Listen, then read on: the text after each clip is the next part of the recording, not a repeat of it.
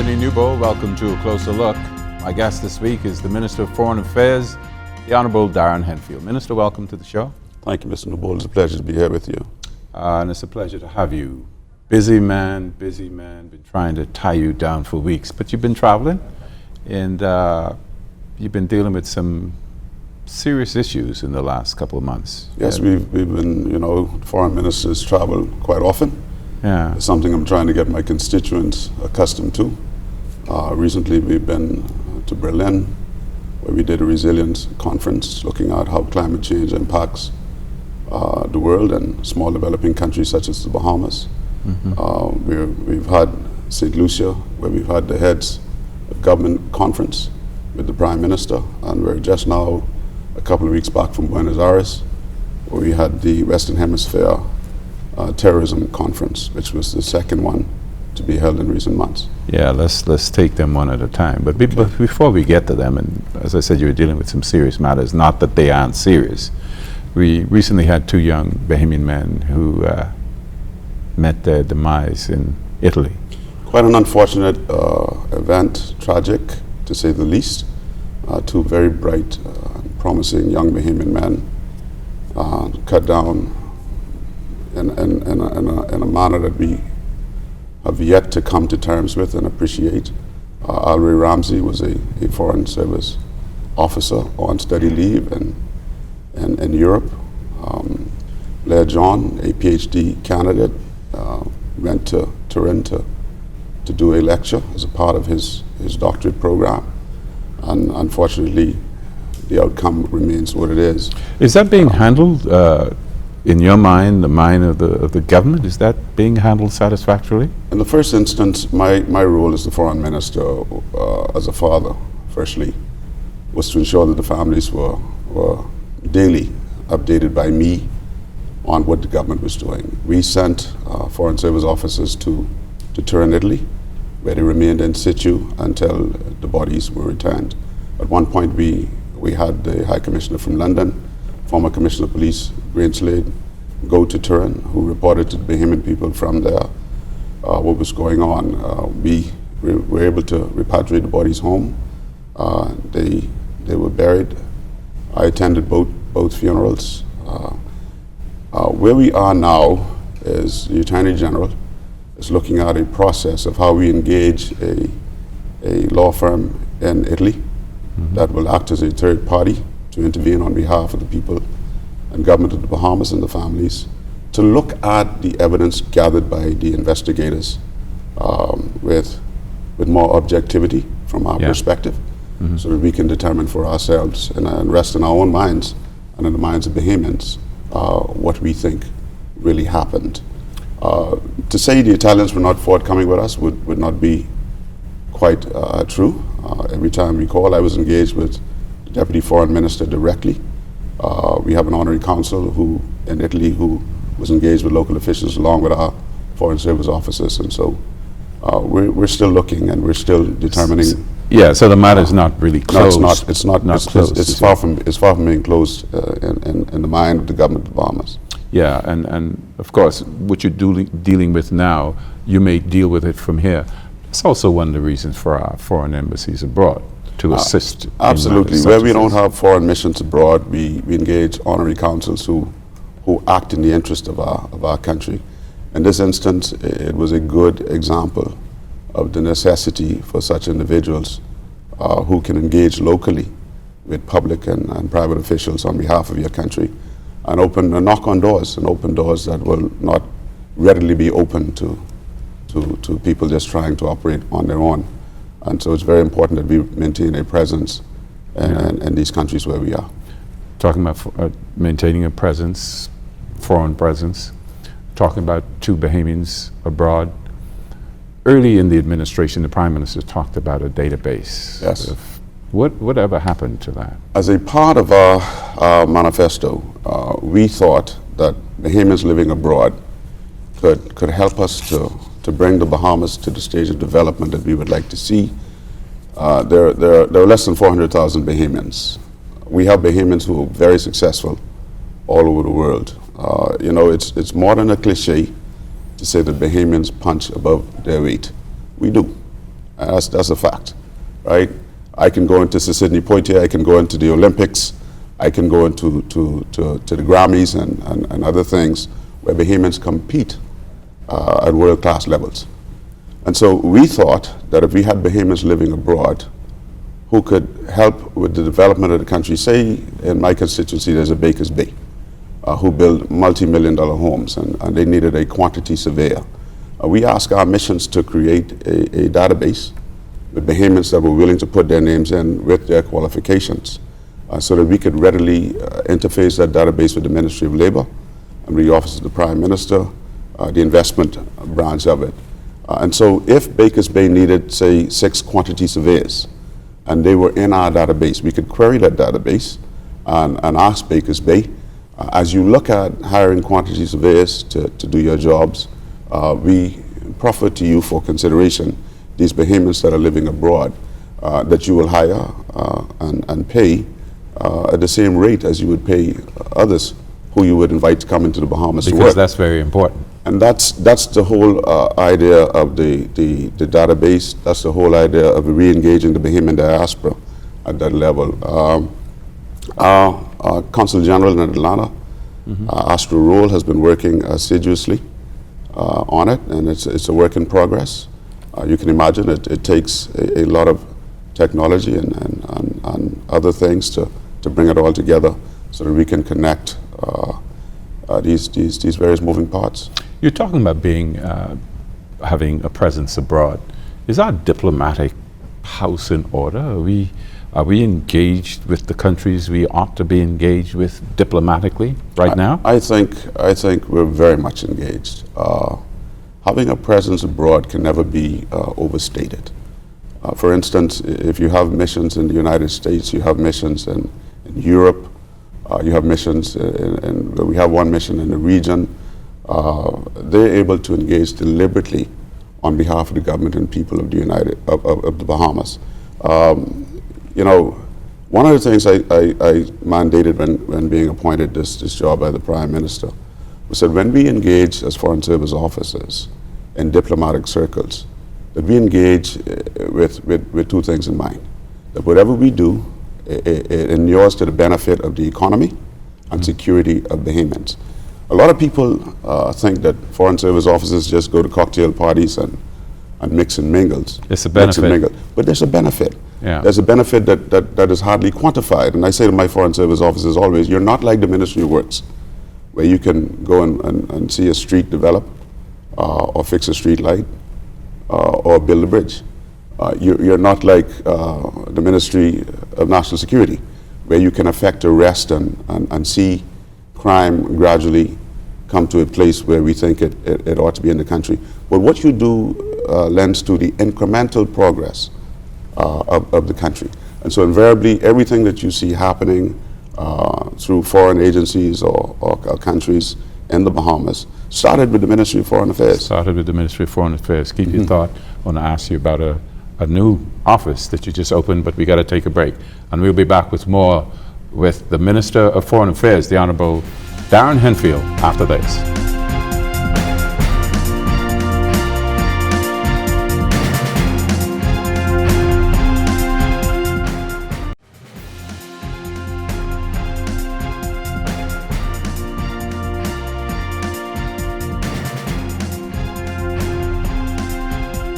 Welcome back to A Closer Look. I'm Anthony NEWBOLD, speaking with the Minister of Foreign Affairs, the Honorable Darren Henfield. Minister, we were talking about foreign missions. You just opened a mission in Brussels. Can you tell me some more about that? Expand on the importance of having that mission there. We thought as a government that the mission in Brussels is extremely important to the Bahamas. As you know, the OECD countries and the European Union often challenge our banking industries with blacklisting and graylisting and other forms of sanctions. The banking industry, banking and financial services industry, is very important in the Bahamas.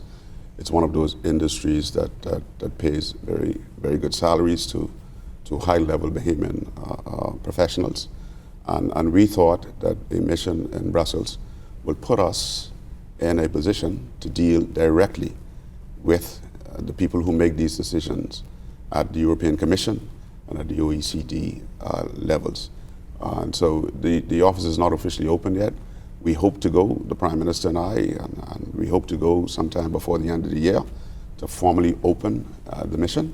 But Ambassador Maria O'Brien, who's a professional banker, who we thought could serve diligently in that effort. It's something about running into people in corridors and meeting them at functions and pressing palms that gives them a better understanding of who you are and what you're about.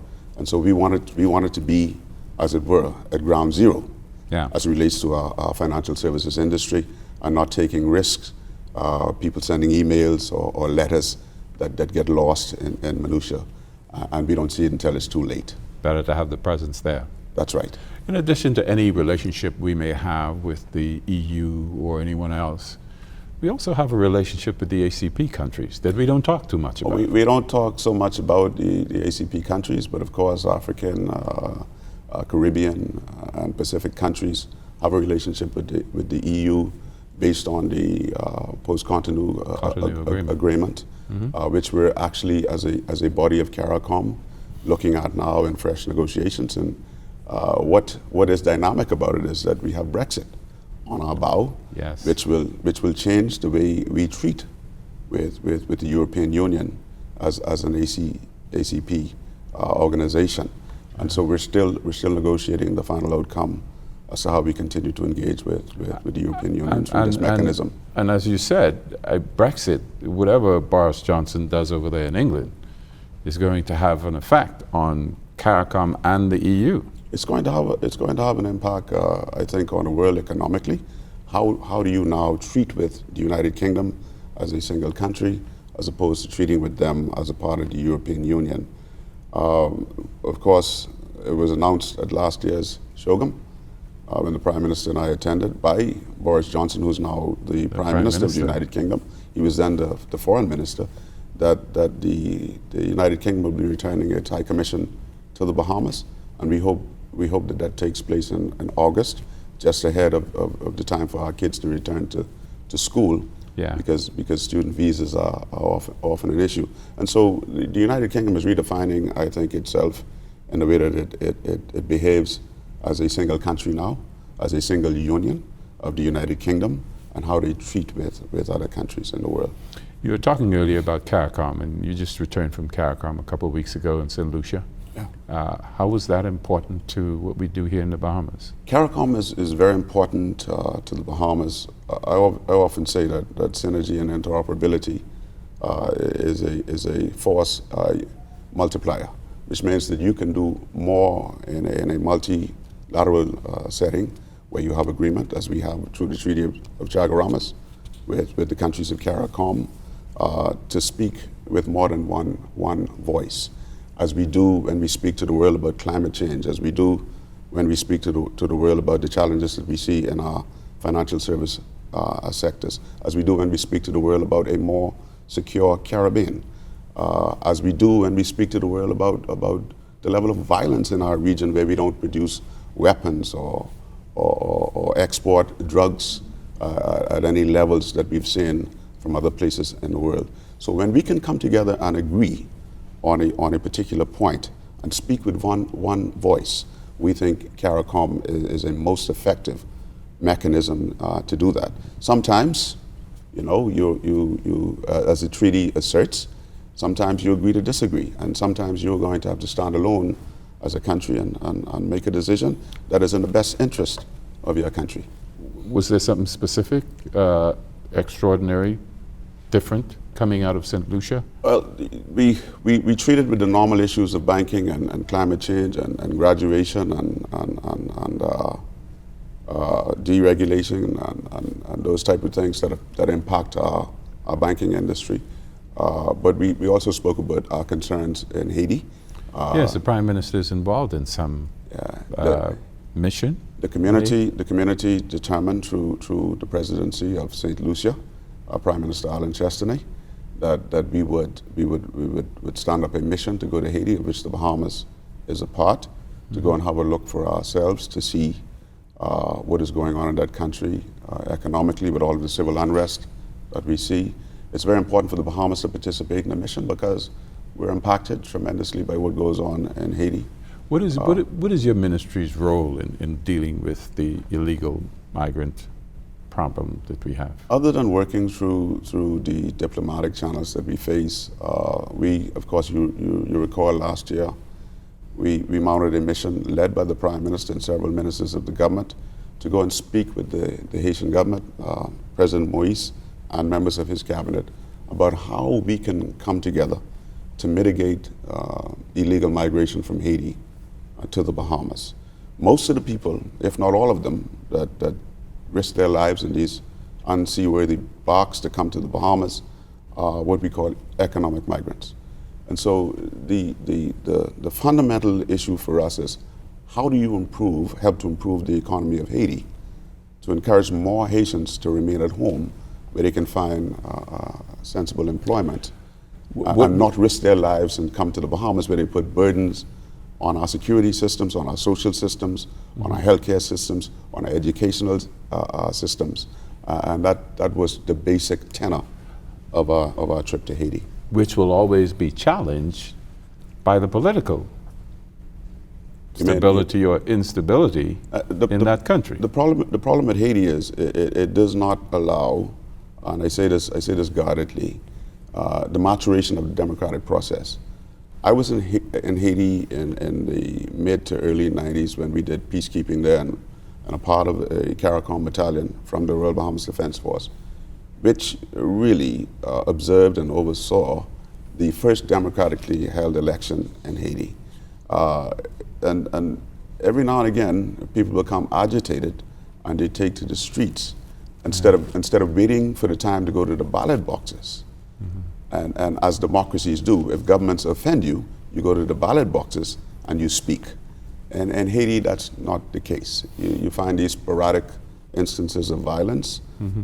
Where people get into the streets and disrupt commerce, disrupt flights, disrupt the normal way of life in that country. And it's been an ongoing challenge. Yeah. And the government of Haiti, along with the Caribbean community and others, the United Nations now is returning to Haiti with this mission to help the government of Haiti to stabilize the country and to help stand up the institutions in the way that they ought to be in Haiti. The other country from which we have to deal with illegal migrants is Cuba.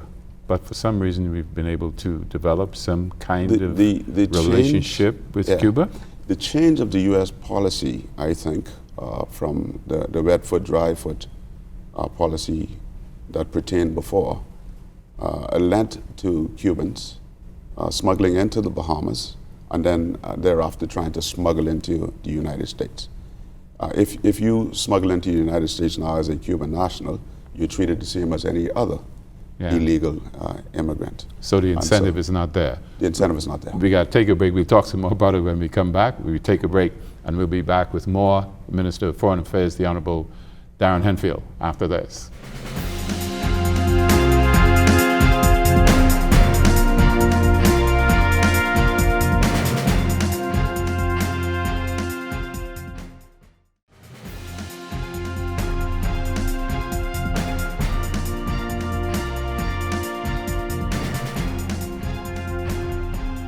Welcome back to A Closer Look. I'm Anthony NEWBOLD, speaking with Minister of Foreign Affairs, the Honorable Darren Henfield.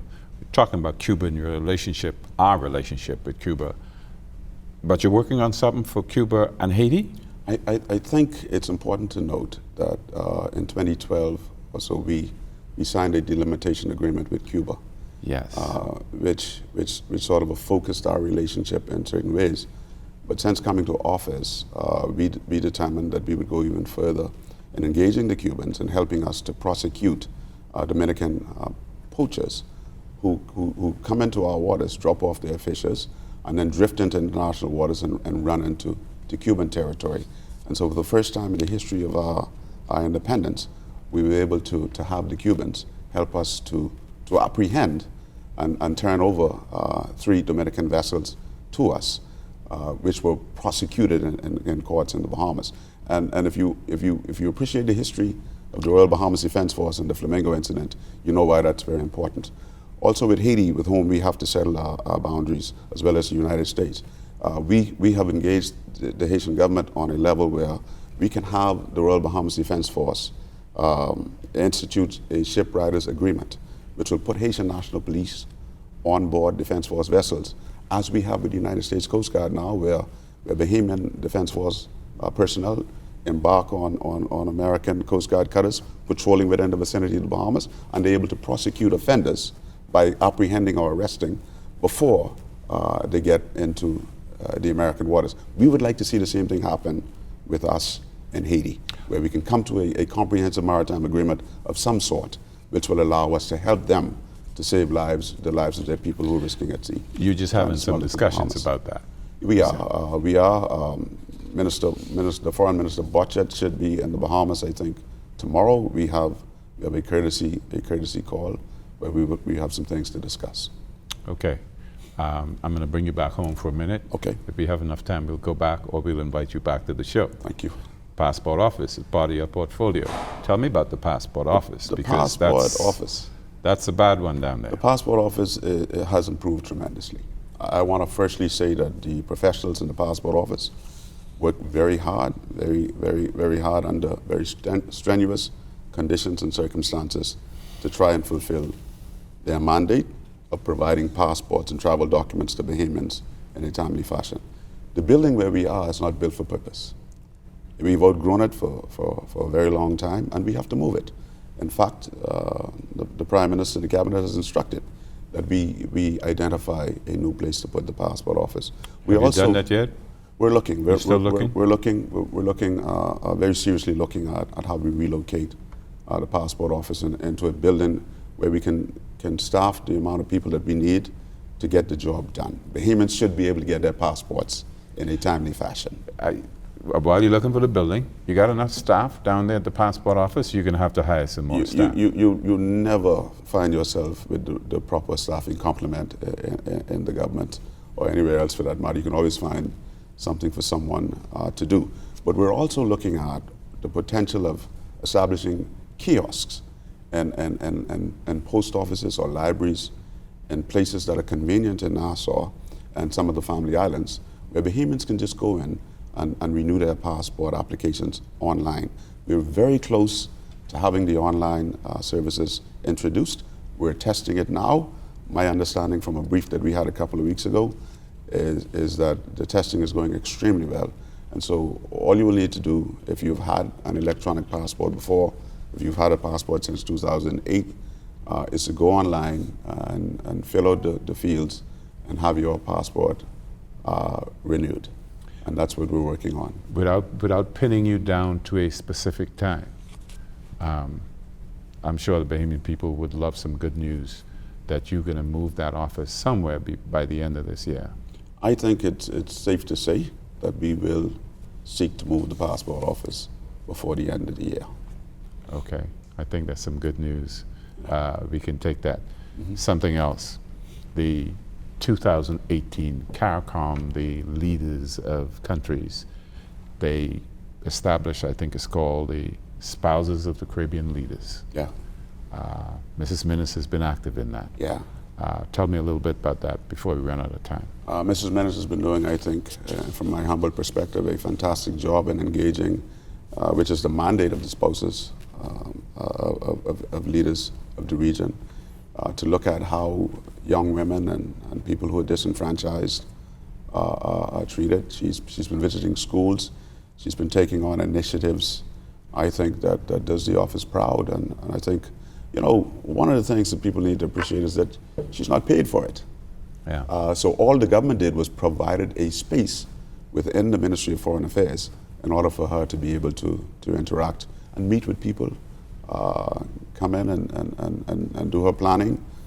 She's visited almost every school in the Family Island, where she takes the message to young women of practicing safe relations and safe sex, where she talks to them about being anything you will to be in the world. She talks about health. She talks about backyard gardening, where we know we're plagued with all of these communicable and non-communicable diseases in the Bahamas because of the poor eating habits that we have. And so I think the office is doing a tremendous job. I think she recently visited one of our Caribbean countries where she was one of the key presenters, and we're very proud of the work that that office is producing. Another unit under your ministry, a huge part of your ministry, very important part of your ministry, is your protocol department. The protocol division of the Ministry of Foreign Affairs is very important to national events. Of course, you see protocol officers at these things during independence, during the swearing in or demission of office of the Governor General. And we need to find... I asked you about protocol because... I'm actively looking for a chief protocol officer okay. to lead the protocol department of the Ministry of Foreign Affairs. But you're working on... We're working on it. We're working on it. They do a tremendous job. I mean, they're called upon to fulfill a role, and they do their best with what they have. They optimize the use of their resources. I'm going to ask you to come back real soon. We're going to talk some more about that, how you've done with that, as well as what's happening with the passport office. No problem. And I thank you again. No problem. I love the opportunity to report to the Bahamian people on what we're doing in the Ministry of Foreign Affairs. And thank you for having us. And thank you for coming. Thank you very much. And thank you for watching A Closer Look. Remember, you can also watch us on Facebook and on YouTube. Thank you.